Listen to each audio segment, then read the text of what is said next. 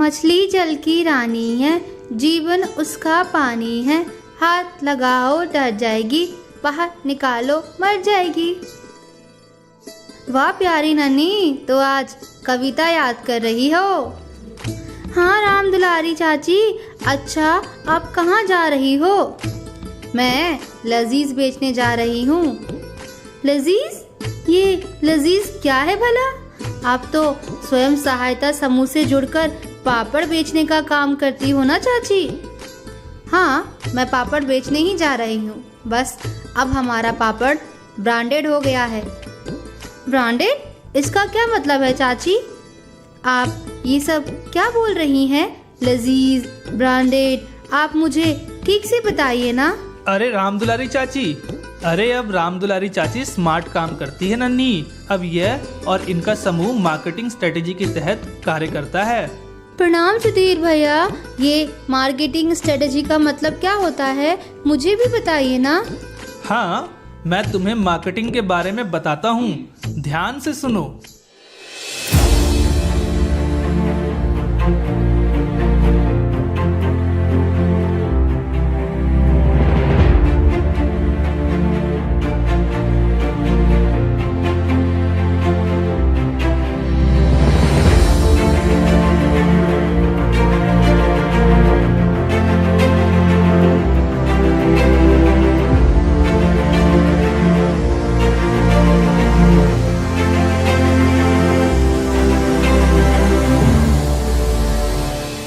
स्वयं सहायता समूह केवल अपने उत्पादों या सेवाओं से सफल नहीं हो सकता। सफलता के लिए जरूरी है कि समूह को सरकार, बाजार, सामाजिक कार्यकर्ताओं, एनजीओ और मीडिया आदि की अच्छी जानकारी हो। स्वयं सहायता समूहों को इस बात को हमेशा ध्यान में रखना चाहिए कि सामाजिक मूल्य सबसे ऊपर है। अभी तक के रिकॉर्ड को देखें तो पता लगता है कि जिन समूहों ने सामाजिक मूल्यों को महत्व दिया है, वही आगे चलकर एक सशक्त समूह के रूप में सफल रहे हैं तथा अंत में उनके ही बड़ी संख्या में ग्राहक बने हैं। कहने का आशय यह है कि स्वयं सहायता समूहों को भी मार्केटिंग यानी कि विपणन के गुण आने चाहिए। यहाँ विपणन का अर्थ समाज में लोगों के जीवन के स्तर को उत्तम बनाने से है। वैसे भी मार्केटिंग सही अर्थों में उपभोक्ता प्रधान ही है। सुखी उपभोक्ता ही सुखी समूह का आधार है। चलिए सबसे पहले समझते हैं कि बाजार किसे कहते हैं और क्यों स्वयं सहायता समूहों के लिए बाजार महत्वपूर्ण है। तुम बिल्कुल ठीक कह रहे हो सुधीर। हमारा समूह भी किसी भी प्रकार के निर्णय से पहले समाज के बारे में ही सोचता है। अरे वंदे, तुम कहाँ जा रहे हो? आज शाम को घर में कुछ मेहमान आने वाले हैं, तो माँ ने कहा बाजार से जाकर कुछ सामान ले आ। वाह क्या बात है। पता है वंदे, अभी सुधीर भैया नन्ही को मार्केटिंग के बारे में बता रहे थे। सुधीर भैया, मुझे भी बताओ ना मार्केटिंग के बारे में। अरे वंदे, तुम जहाँ जा रहे हो वहाँ का तो सारा खेल ही मार्केटिंग का है। बाजार और मार्केटिंग का तो बहुत पुराना रिश्ता है। बाजार और मार्केटिंग का बहुत पुराना रिश्ता है, ये आप क्या कह रहे हैं सुधीर भैया? बाजार से जाकर तो हम सामान खरीदाते हैं, इसमें मार्केटिंग कहाँ से आ गया? हाँ वंदे ठीक ही तो बोल रहा है। हाँ। अरे तुम दोनों को क्या लगता है कि बाजार का दायरा बस तुम्हारे चाय बिस्किट खरीदने भर है? बाजार का तो बहुत व्यापक अर्थ होता है। चाची बिल्कुल सही बात बता रही है। हमें बाजार के बारे में बताइए ना, आखिर मार्केटिंग और बाजार का क्या संबंध है? हाँ रुको, मैं तुम्हें बाजार के बारे में विस्तार से बताता हूँ नन्ही। बाजार किसे कहते हैं? प्रचलित रूप से बाजार से अभिप्राय उस स्थान से है जहां क्रेता एवं विक्रेता वस्तु एवं सेवाओं के विनिमय संबंधी लेन देन करते हैं। आज के समय में भी लोग आम बोलचाल की भाषा में बाजार शब्द को इसी रूप में प्रयोग करते हैं। लेकिन वास्तव में देखें तो बाजार का दायरा बहुत बड़ा है। आधुनिक रूप में बाजार का मतलब किसी वस्तु अथवा सेवा के वास्तविक एवं संभावित क्रेताओं के समूह से है। उदाहरण के लिए एक समूह ने टोकरी बनाने का काम शुरू किया और अब वो इसका विनियम करना चाहती है। वो सभी लोग जो इस टोकरी को खरीदना चाहते हैं तथा इसका मूल्य चुकाने को तैयार हैं, वो सभी मिलकर इस टोकरी के बाजार का निर्माण करते हैं। अपेक्षा एवं आवश्यकता, विपणन प्रक्रिया। स्वयं सहायता समूह से जुड़कर किस उत्पाद का निर्माण किया जाए या किस तरह की सेवाएं दी जाएं जिससे अधिक से अधिक मुनाफा हो, इसके लिए अपने क्षेत्र के लोगों की अपेक्षाओं और आवश्यकताओं को समझना जरूरी है। तो क्या हर उत्पाद की मार्केटिंग होती है?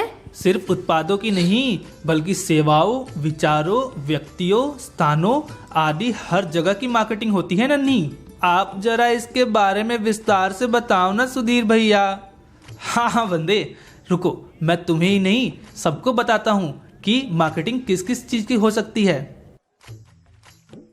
विपणन किसका किया जा सकता है? भौतिक पदार्थ, आप जो भी उत्पाद बना रहे हैं उसका। उदाहरण के लिए लैवेंडर का तेल, पेपर मैशे, काला जीरा, अनारदाना, पत्तल निर्माण आदि। सेवाएं, आप जो भी सेवाएं दे रहे हैं, उदाहरण के लिए मछली पकड़ना, पर्यावरण प्रबंधन, पशुपालन आदि। विचार, आपके पास अगर कोई विशेष विचार हो, उदाहरण के लिए जैविक उत्पाद, देशी उत्पाद आदि। व्यक्ति, अगर आपके समूह में किसी महिला ने जिला, राज्य या राष्ट्रीय स्तर पर कोई मुकाम हासिल किया हो। स्थान, अगर आपका क्षेत्र किसी विशेष प्रकार के उत्पादों या सेवाओं के लिए प्रसिद्ध हो। अनुभव, अगर आपके समूह के पास किसी उत्पाद को बनाने का प्राचीन या विशेष अनुभव हो। घटनाएं, अगर स्वयं सहायता समूह ने किसी उत्सव, अभियान अथवा कैंप का आयोजन किया हो।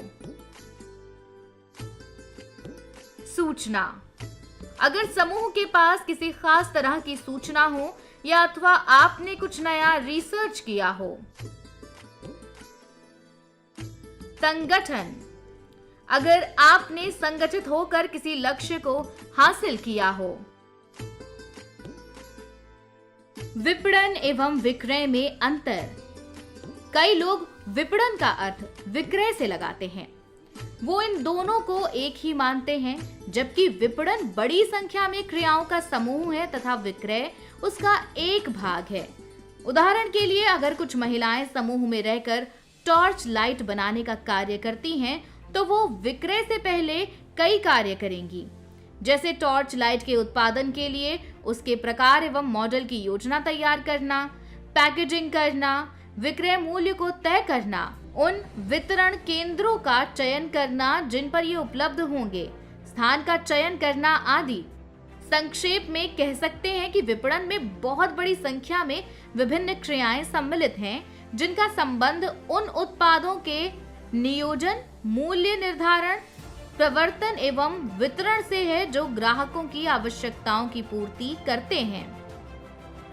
विपणन के आवश्यक कार्य हैं: बाजार की जानकारी का विश्लेषण करना,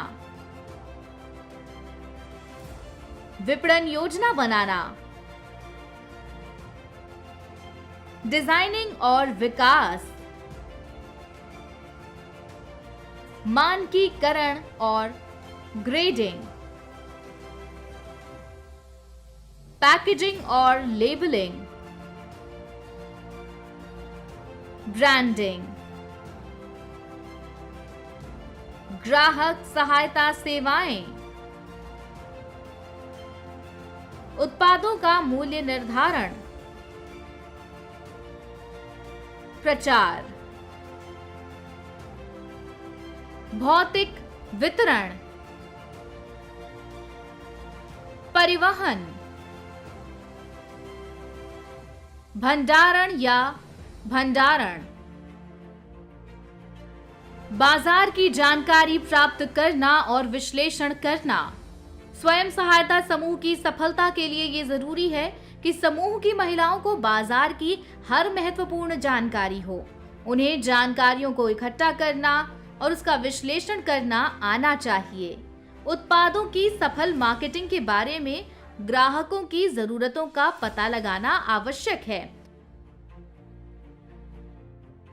एक अच्छा समूह मार्केटर के रूप में ये समझने की कोशिश करता है कि ग्राहक क्या खरीदना चाहता है, कब खरीदना चाहता है, किस मात्रा में खरीदना चाहता है, क्यों खरीदना चाहता है और किस कीमत पर खरीदना चाहते हैं।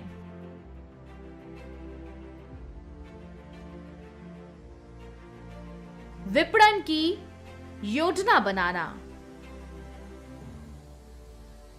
विपणन की योजनाओं में बहुत कुछ शामिल है। सही योजनाएं ही बिक्री को बढ़ाने और उत्पाद को लोकप्रिय बनाने में सहायक हैं। उदाहरण के लिए, यदि कोई उत्पाद जम्मू कश्मीर में लोकप्रिय हो गया है, तो एक संगठन का लक्ष्य अब उसे अन्य राज्यों में लोकप्रिय बनाने का होगा। उत्पाद डिजाइनिंग और विकास। विपणन का एक अन्य महत्वपूर्ण कार्य उत्पाद डिजाइनिंग और उसका विकास है। उत्पाद डिजाइनिंग में उत्पाद के आकार या डिजाइन के लिए उपयोग किए जाने वाले गुणवत्ता मानकों से संबंधित निर्णय, पैकिंग आदि शामिल हैं। ऐसा करने से उत्पाद को एक तरफ लक्षित ग्राहकों के लिए आकर्षक बनाया जा सकता है, तो वहीं प्रतियोगियों के उत्पाद से उसे बेहतर बनाया जा सकता है। मानकीकरण और ग्रेडिंग। मानकीकरण पूर्व निर्धारित मानकों के सामान के उत्पादन की एक प्रक्रिया है, ताकि उत्पादों में एक रूपता और स्थिरता प्राप्त हो सके। यह उत्पाद की गुणवत्ता, कीमत और पैकेजिंग के खरीदारों को आश्वासन देता है।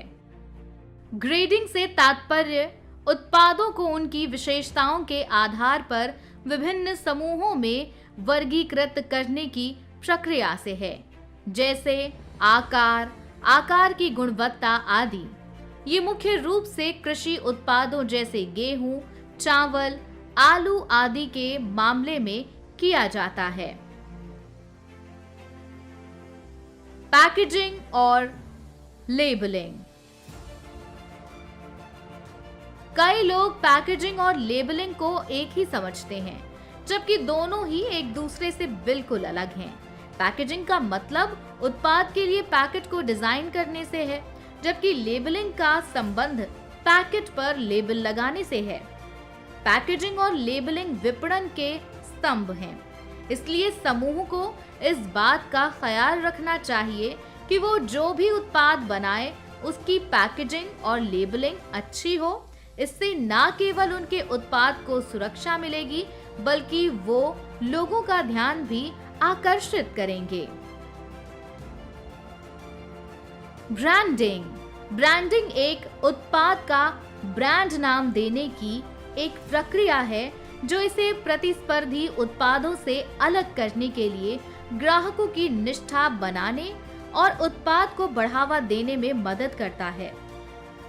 इस रणनीति के तहत सबसे महत्वपूर्ण निर्णय ये है कि क्या किसी व्यापारिक फर्म के सभी उत्पादों को एक अलग ब्रांड का नाम या एक ही ब्रांड दिया जाए।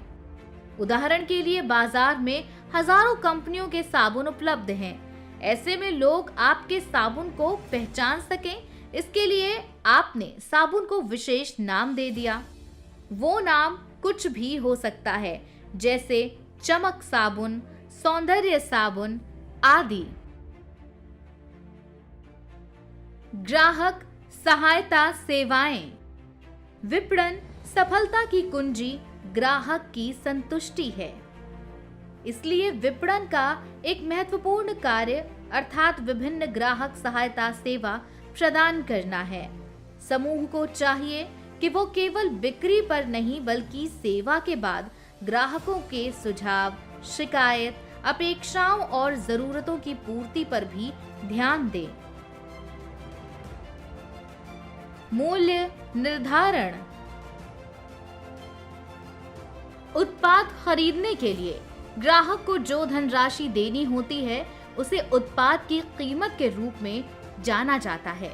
किसी उत्पाद की मांग पर मूल्य निर्धारण का बहुत प्रभाव पड़ता है। कीमत में थोड़ी भिन्नता प्रतिस्पर्धी के उत्पाद की मांग को बढ़ा सकती है। इसलिए स्वयं सहायता समूह को किसी उत्पाद की कीमत निर्धारित करते समय विभिन्न कारणों जैसे ग्राहकों के प्रकार, उनकी आय, फर्म का उद्देश्य, उत्पाद की मांग और प्रतियोगियों की नीति आदि पर विचार करना चाहिए। परिवहन। परिवहन का मतलब उत्पाद की जगह से इस्तेमाल की जगह तक माल पहुंचाना है। समूह को अपने उत्पादों का इस्तेमाल की जाने वाली जगह का ख्याल रखकर ही परिवहन साधनों का उपयोग करना चाहिए।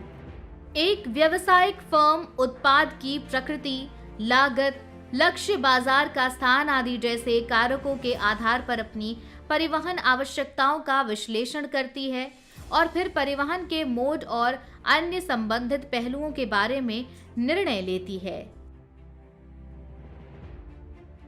भंडारण या भंडारण। वस्तुओं के उत्पादन और खपत के बीच एक समय का अंतराल होता है। इस प्रकार इस तरह के सामानों के उचित भंडारण के लिए विपणन की यह एक महत्वपूर्ण कार्य है जब तक कि उनकी मांग ना हो। उदाहरण के लिए सेब का उत्पादन सर्दियों में किया जाता है और इसे ठंडे भंडारण में रखा जाता है और गर्मियों में भी बेचा जाता है। अच्छा, तुम्हारे घर में आज शाम को मेहमान आने वाले हैं ना बंदे? तो अभी क्या तैयारियां चल रही हैं? अभी तो हमारे घर में सभी लोग व्यस्त हैं। माँ घर में नए पर्दे लगा रही है, उनके लिए मिठाइयाँ बना रही है और घर में अन्य तरह की तैयारियाँ भी हो रही है। मतलब मेहमान नवाजी और स्वागत सत्कार की योजना बनाई जा रही है। अच्छा, वैसे योजना शब्द से याद आया नन्ही, क्या तुम्हें मालूम है कि मार्केटिंग के काम में भी योजना बनाई जाती है? वो कैसे सुधीर भैया? हाँ सुधीर भैया, हमें भी इसके बारे में बताइए ना। अच्छा, इस बात को ऐसे समझो कि हमारे आसपास का वातावरण आर्थिक और सामाजिक एवं राजनीतिक रूप से बदलता रहता है। इसलिए यह जरूरी है कि समय समय पर समूह के विकास के लिए प्रभावशाली योजनाएं बनाई जाती रहे। हाँ, सुधीर एकदम सही कह रहा है। हमारा समूह भी योजनाओं के आधार पर ही काम करता है।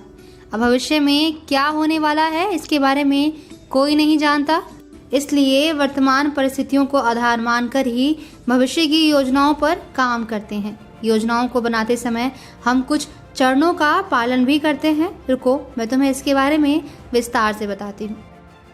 हमारे आसपास का वातावरण आर्थिक, सामाजिक एवं राजनैतिक रूप से बदलता रहता है।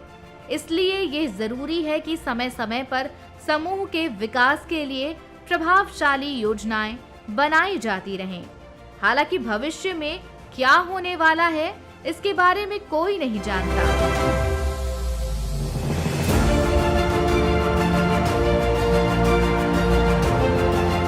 इसलिए वर्तमान परिस्थितियों को आधार मानकर ही भविष्य की रूपरेखा योजनाओं द्वारा तैयार की जा सकती है। योजनाओं को बनाते समय कुछ चरणों का पालन हमें जरूर करना चाहिए, जैसे उद्देश्यों की स्थापना करें, विकल्पों की सूची बनाएं, विकल्पों की तुलना करें, सही विकल्प का चयन करें, योजना पर अमल करें। चलिए इसे विस्तार से समझते हैं। उद्देश्यों की स्थापना।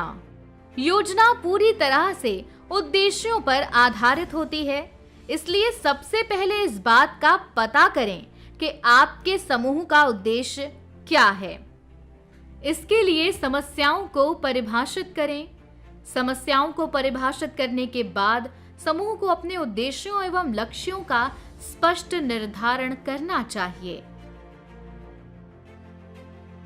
विकल्पों की सूची। उद्देश्य स्थापित करने के बाद विकास कार्यों के लिए विकल्पों की सूची बनाएं। एक ही काम को करने के कई तरीके हो सकते हैं। आप तय करें कि सबसे अच्छे तरीके कौन कौन से हो सकते हैं। विकल्पों की सूची तैयार करते समय प्रत्येक विकल्प के गुण और दोष का विचार करना जरूरी है। विकल्पों की तुलना करें। सभी विकल्पों की सूची बनाने के बाद सभी विकल्पों की तुलना की जानी चाहिए। प्रत्येक विकल्प के गुण और दोष को देखते हुए ये तय किया जाता है कि कौन सा विकल्प पंचायत के उद्देश्यों को प्राप्त करने में सबसे अधिक सहायक है। सही विकल्प का चयन। सभी विकल्पों की तुलना के बाद अब सही विकल्प को चुनें। एक अच्छा विकल्प वही है जिससे कोई काम सरलता से हो जाए। सही विकल्प किफायती और कार्यों को प्रभावी तरह से करने में सहायक होता है। इस बात पर ध्यान दें कि कौन सा विकल्प पंचायत को आर्थिक और सामाजिक रूप से सशक्त बनाने में सहायक है। योजना पर अमल करें। आपने जिस भी विकल्प का चयन किया है उसका जमीनी स्तर पर पालन होना चाहिए। ध्यान रहे कि योजना को अमल में लाने के बाद समय समय पर निगरानी और नियंत्रण भी आवश्यक है। तो अब तुम समझे बाजार का मतलब कितना ज्यादा व्यापक है। हाँ भैया, मैं समझ गया। अच्छा, मैं चलती हूँ। फिर शाम को आकर मुझे समूह में बैठक भी करनी है। आज का विषय तो बजट है। ये तो बहुत ही महत्वपूर्ण विषय है। ठीक है चाची, बाय बाय। वंदी, तुम्हें याद है एक बार तुमने मुझे बजट के बारे में समझाया था। देश में भी आम बजट और रेल बजट समय समय पर पेश होता रहता है, लेकिन मेरा सवाल ये है कि बजट का योगदान स्वयं सहायता समूह में क्या है? हाँ, मुझे तो सब याद है। बजट तो हर संगठन के लाभ का आधार है। हर समय हर समूह को बजट बनाने की आवश्यकता पड़ती है। वो कैसे सुधीर भैया? अच्छा रुको, बताता हूँ, ध्यान से सुनो। अमूमन किसी भी कार्य को करने के लिए हम भविष्य की योजनाओं और उद्देश्यों को आधार मानकर आय और व्यय का अनुमान लगाते हैं। ठीक इसी प्रकार समूह में काम करते हुए भी भविष्य की योजनाओं और उद्देश्यों को आधार मानकर आय और व्यय का अनुमान लगाते हुए ये तय करना चाहिए कि कितना धन कहाँ खर्च करना है और कितना धन कहाँ से प्राप्त करना है। ऐसा करके हम अपने समूह का स्वयं का एक बजट बना सकते हैं। बजट बनाते समय इन बातों का ध्यान रखें। बजट को बनाते समय इस बात पर ध्यान दिया जाना चाहिए कि उसमें समूह की सभी महिलाओं को शामिल किया जाए। समूह के लिए यह आवश्यक है कि वो इस बात को समझें कि पैसों को किस तरह से लाभकारी नीतियों में लगाया जा सकता है। बजट में संभावित खर्चों और संभावित लाभ का वर्णन होना चाहिए। बजट के सिद्धांत। स्पष्टता। बजट में आय व्यय का प्रावधान स्पष्ट होना चाहिए। यथार्थता। बजट का वास्तविकता से संबंध होना चाहिए। व्यापकता। बजट में व्यापकता का होना जरूरी है, अर्थात बजट सभी के लिए हो। लाभ और हानि। बजट में लाभ व हानि को स्पष्ट तौर पर लिखना चाहिए। पारदर्शिता। बजट में पारदर्शिता का होना अनिवार्य है। बजट का स्वरूप। परामर्शक बजट। बजट को सभी लोगों की राय से बनाया जाना चाहिए। सहभागी बजट। बजट में सभी लोगों की सहभागिता जरूरी है। उपलब्धि बजट। बजट में पिछले वर्ष की उपलब्धियों का वर्णन साफ तौर पर किया गया हो। ऐसा करने से उन क्षेत्रों या संस्थाओं के महत्व का पता लगेगा जो अच्छा प्रदर्शन कर रही हैं। योजना बजट। बजट में वित्तीय वर्ष में क्रियान्वित की जाने वाली योजनाओं का वर्णन होना चाहिए। उद्देश्य आधारित बजट।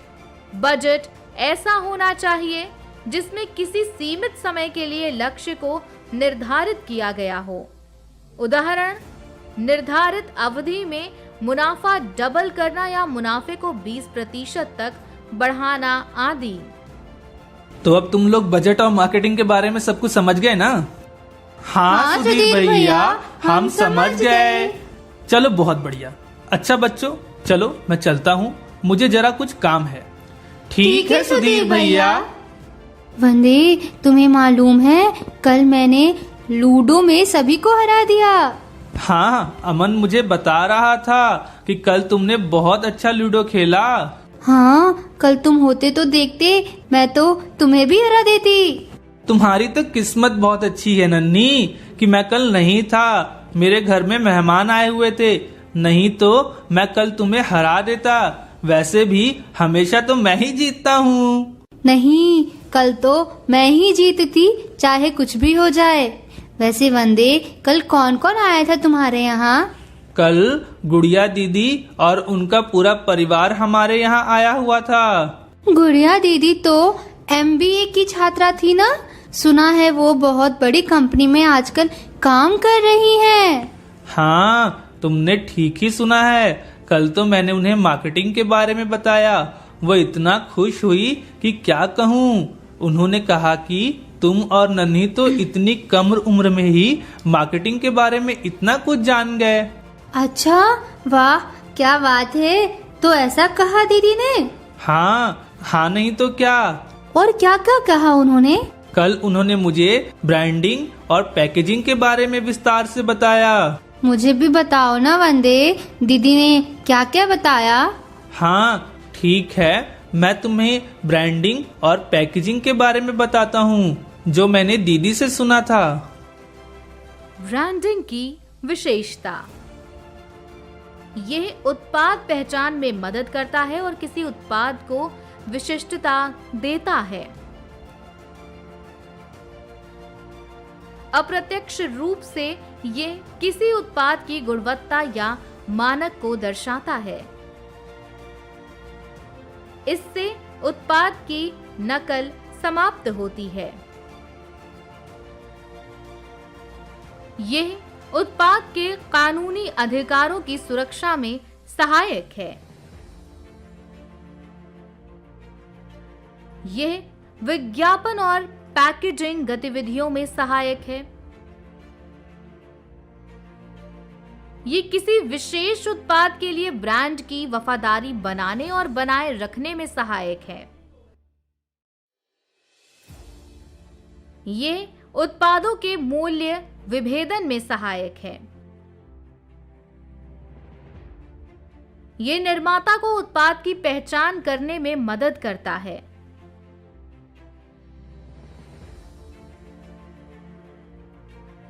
यह उत्पाद विज्ञापन और प्रचार की प्रभावशीलता में सुधार करता है।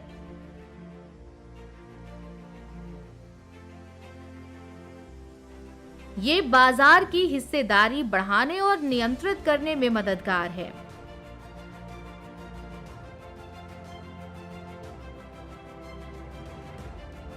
एक स्वीकृत ब्रांड नए उत्पादों की शुरुआत को आसान बनाता है और इस तरह उत्पाद मिश्रण के विस्तार में मदद करता है।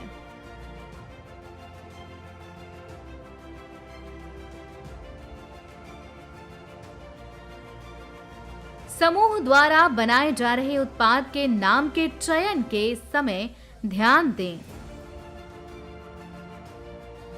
ब्रांड का नाम ऐसा हो जो लोगों को तुरंत ही अपनी तरफ ध्यान खींचे।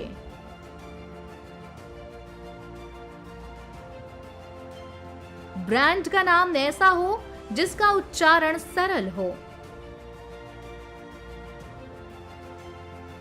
ब्रांड का नाम ऐसा हो जो सुनने में अच्छा लगे और कस्टमर के ध्यान में आ जाए।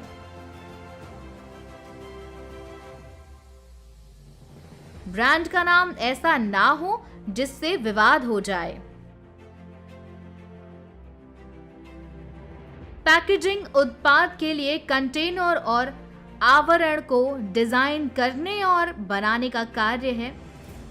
पैकेज उत्पाद को धूप, नमी, हवा, तापमान और टूट फूट आदि से बचाने में सहायक है। इसके साथ ही पैकेजिंग उत्पाद को आकर्षक बनाता है और बिक्री संवर्धन के एक महत्वपूर्ण उपकरण के रूप में कार्य करता है।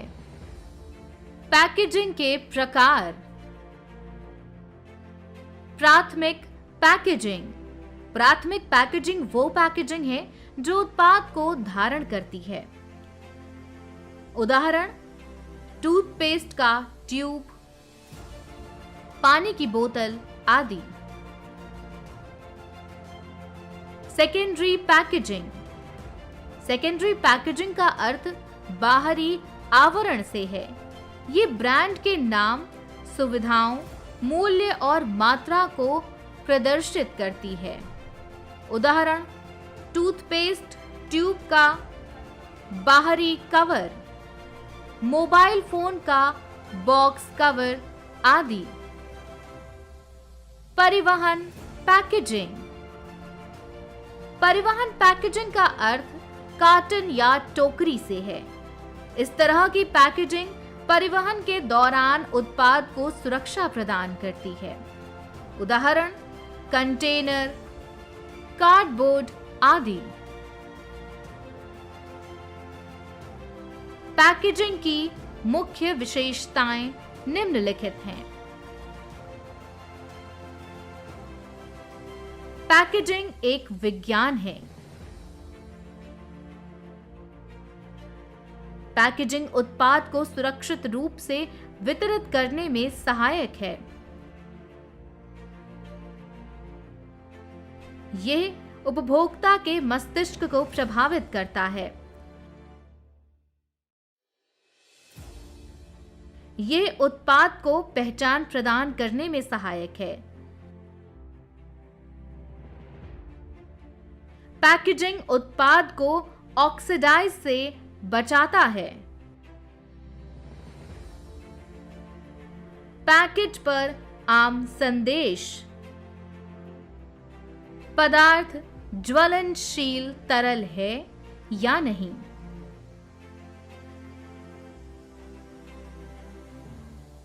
पदार्थ विस्फोटक है या नहीं।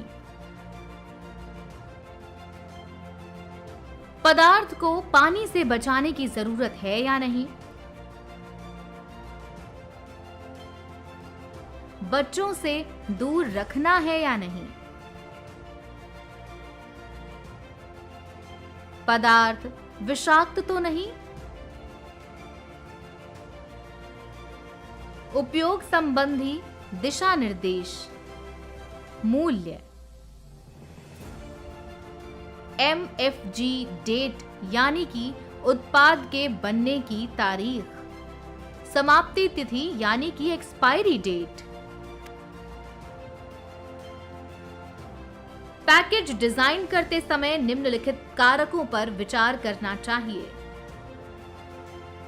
भाषा। पैकेज के ऊपर लिखी गई भाषा स्थानीय भाषा होनी चाहिए।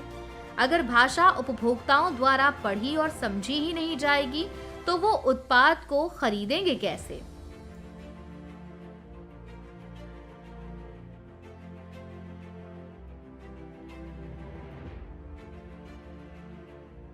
पैकेज का आकार।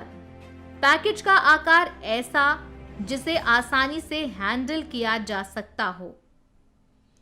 आकार और खपत की आवृत्ति, उपभोक्ताओं की भंडारण क्षमता और उत्पाद की प्रकृति, खरीद विशेषताओं को तय करने के लिए संभावित कारक होंगे।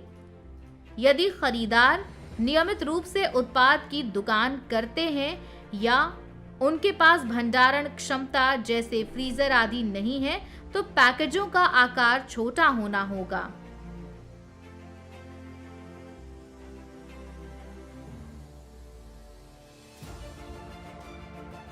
कंटेनर, अगर संभव हो तो उत्पाद की पैकेजिंग के लिए डिस्पोजेबल कंटेनरों का उपयोग करें। कंटेनरों को ऐसी सामग्रियों से बनाया जाना चाहिए जिससे कम से कम पर्यावरण का नुकसान हो और जिसे आसानी से रिसाइकिल किया जा सकता हो।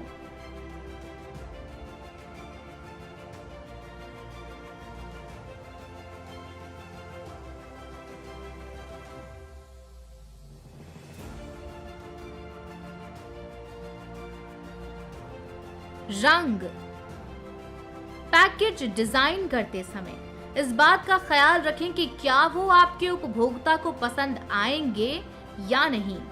रंगों का सीधा संबंध साइकोलॉजी और कल्चर से है।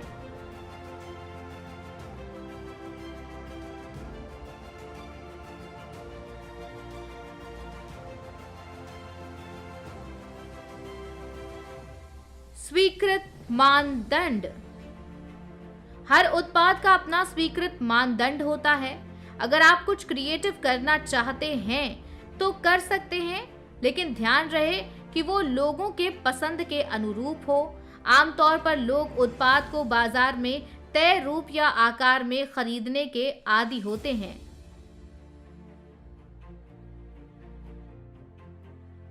उदाहरण के लिए टूथपेस्ट का ट्यूब होता है। अब अगर कोई निर्माता चाहे कि वो इसे जार में पैक करके बेचे, तो ये उपभोक्ताओं द्वारा आसानी से स्वीकार नहीं होगा।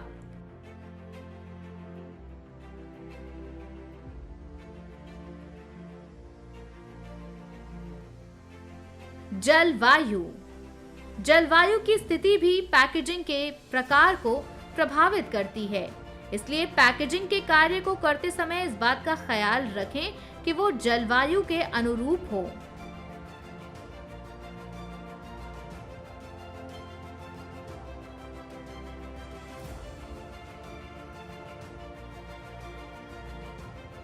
लेबलिंग का अर्थ, लेबलिंग उत्पाद और कंपनी के ब्रांड का एक महत्वपूर्ण हिस्सा है। ये उत्पाद को बाजार में दिखाने में मदद करता है और उत्पाद के बारे में ग्राहकों को पूर्णतः जानकारी प्रदान करता है। इसका उपयोग कंपनी द्वारा संभावित खरीदारों को उत्पाद खरीदने के लिए प्रोत्साहित करने के लिए किया जाता है।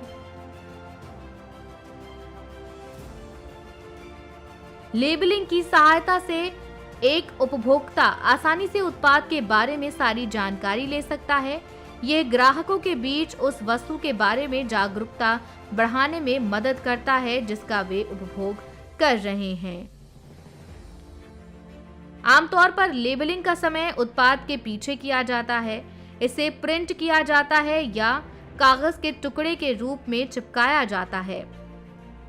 उदाहरण, मान लीजिए कि आपका समूह कोई खाद्य पदार्थ बनाने का काम कर रहा है। अब पैकेजिंग पर जो लेबलिंग होगी उसमें ब्रांड का नाम, समूह का नाम, प्रोडक्ट का नाम, पैकेजिंग का साइज, भार, बारकोड, उत्पाद जहां बनाया गया हो वहां का पता, certificate, product story, nutritional information आदि होना चाहिए। पता है, दीदी ने मुझे मूल्य निर्धारण के बारे में भी बताया था। अच्छा, अब मूल्य निर्धारण क्या होता है? मूल्य निर्धारण एक बहुत ही संवेदनशील निर्णय है। जरा सी लापरवाही बहुत भारी पड़ सकती है, ऐसा मेरी दीदी ने मुझे बताया था। उन्होंने कहा था कि यह वो प्रक्रिया है जिसके अंतर्गत उत्पाद को बेचने से पहले ये निर्धारित किया जाता है कि उत्पाद का दाम क्या होगा। रुको, मैं तुम्हें इसके बारे में बताता हूँ। मूल्य निर्धारण का अर्थ। मूल्य निर्धारण एक बहुत ही संवेदनशील निर्णय है। जरा सी लापरवाही बहुत भारी पड़ सकती है। ये वो प्रक्रिया है जिसके अंतर्गत उत्पाद को बेचने से पहले ये निर्धारित किया जाता है कि उत्पाद का दाम क्या होगा।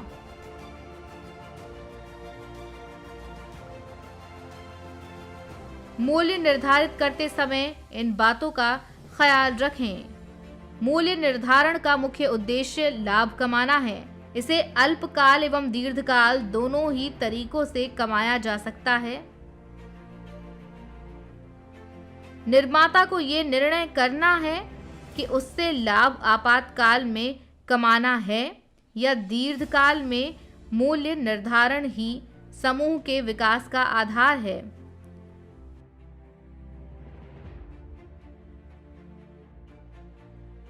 मूल्य टारगेट उपभोक्ता को ध्यान में रखकर निर्धारित किया जाना चाहिए।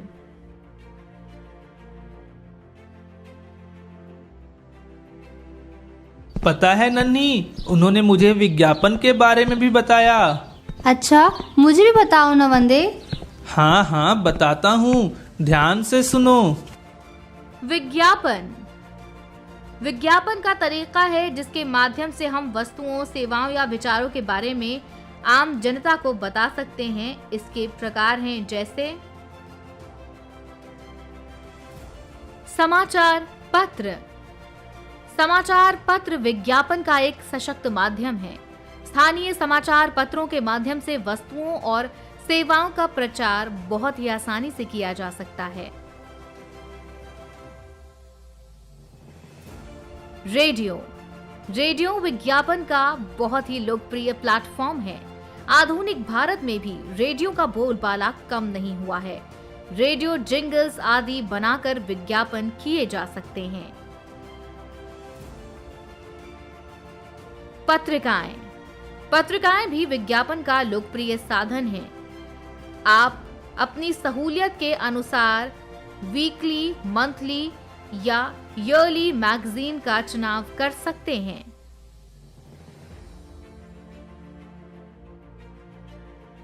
टेलीविजन। टीवी पर चलने होने वाले सीरियल, पिक्चर और न्यूज के बीच बीच में काफी विज्ञापन आते हैं। ये थोड़े महंगे जरूर होते हैं लेकिन असरदार होते हैं। आप स्थानीय टेलीविजन चैनलों में विज्ञापन दे सकते हैं।